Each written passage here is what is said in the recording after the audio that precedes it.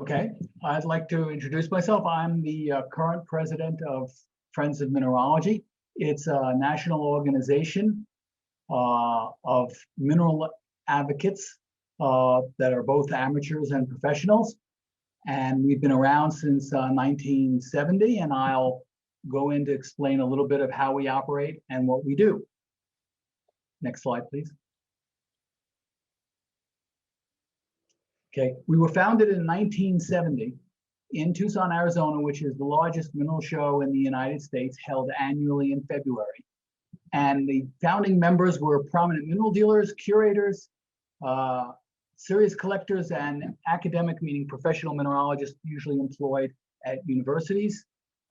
They decided that there was no middle ground of mineralogists, geologists who basically were less than professionals and could communicate with professionals. So we were designed at the beginning to be advocates for the entire group, both the beginning collectors as well as the dedicated material scientists.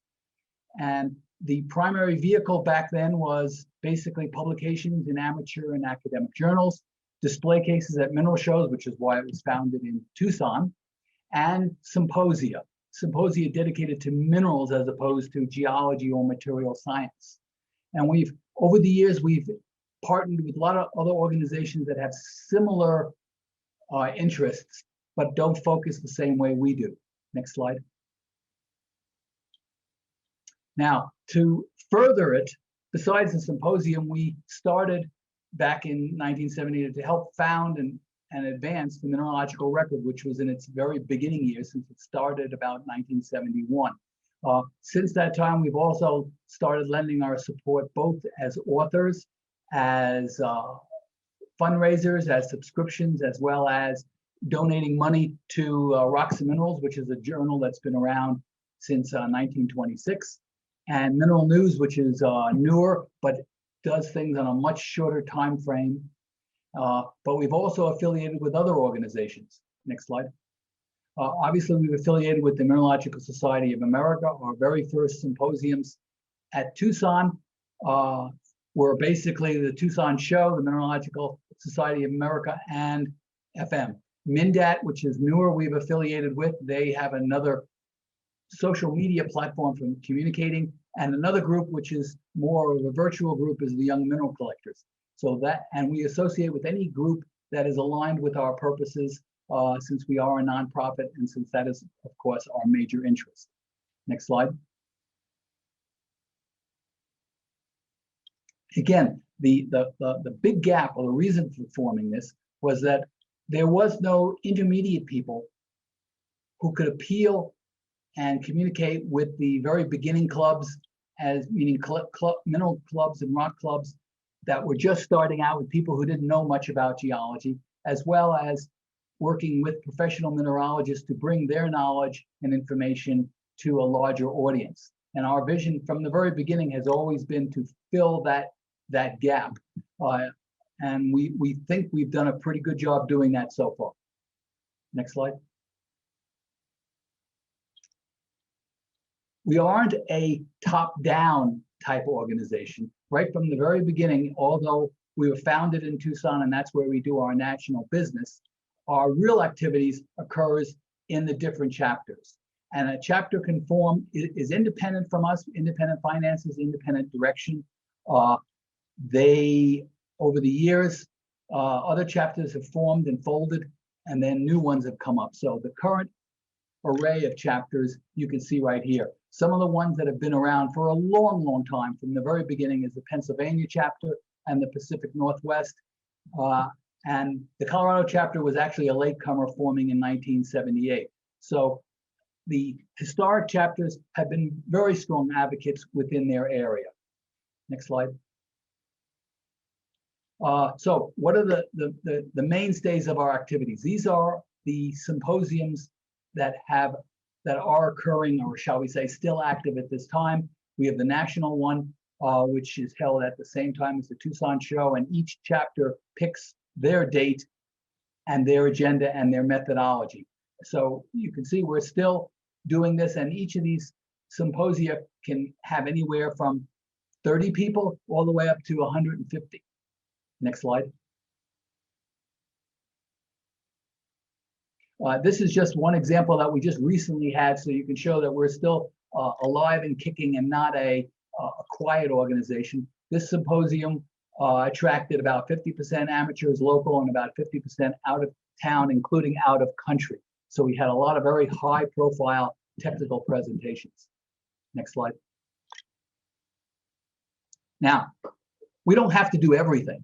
So there are other symposia that's around the country that we have supported either as participants, speakers, or in providing funding. These are the three prominent ones that have been around.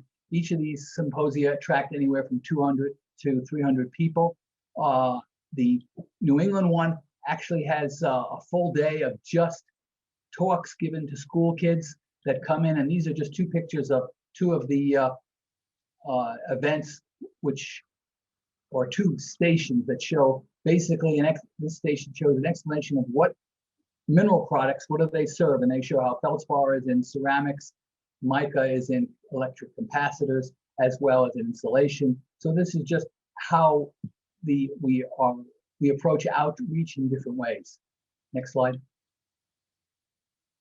We also, through national, we also each year give a best article of the year to the 3 journals that we're affiliated with. We do this to, one, recognize the excellence of the authors, to encourage other authors to contribute articles, because the number of people who are contributing articles is not a giant overabundance. And the other is to contribute some money to each magazine to help support them. Similarly, we support and grant money to institutional and non-institutional groups to put display cases in the Tucson show, as well as in the Denver show. And the cases are judged and the awards are given, as well as the financial awards to the 2 different groups. Next slide. Here's an example of one of the award cases that was given to the Los Angeles County Museum. As you can see, it's approaching what do minerals do, how do they serve in different capacities. So that's just an example of one of the winners. Next slide. Again, what are our resources for other groups? First of all, we can access as equals a large array of museum personnel, mineralogists, and geologists, as well as other members within our group. We can also, of course, access new friends with almost the same interests, or even new friends with different interests.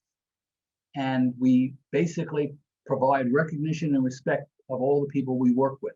So we are a group that tries to encourage as much participation by everybody. Next slide. How are we planning on moving forward, or how are we moving forward today, and how are we continuing? Our traditional activities are still going to continue. They're still much appreciated by the local communities. We're expanding to social media, and which goes beyond traditional web pages, as well as Facebook and other social media. The key here with those groups is the metric we use is not do they join us as members, but do they volunteer? Do they contribute themselves? So the greater amount of contribution and communication we can entice other people to do is would be part of our success. So we're still using the old methods with new content and hoping to be able to reach more people and encourage more people to participate with us, as well as to communicate, shall we say, our excitement about minerals and what they function in society. Thank you.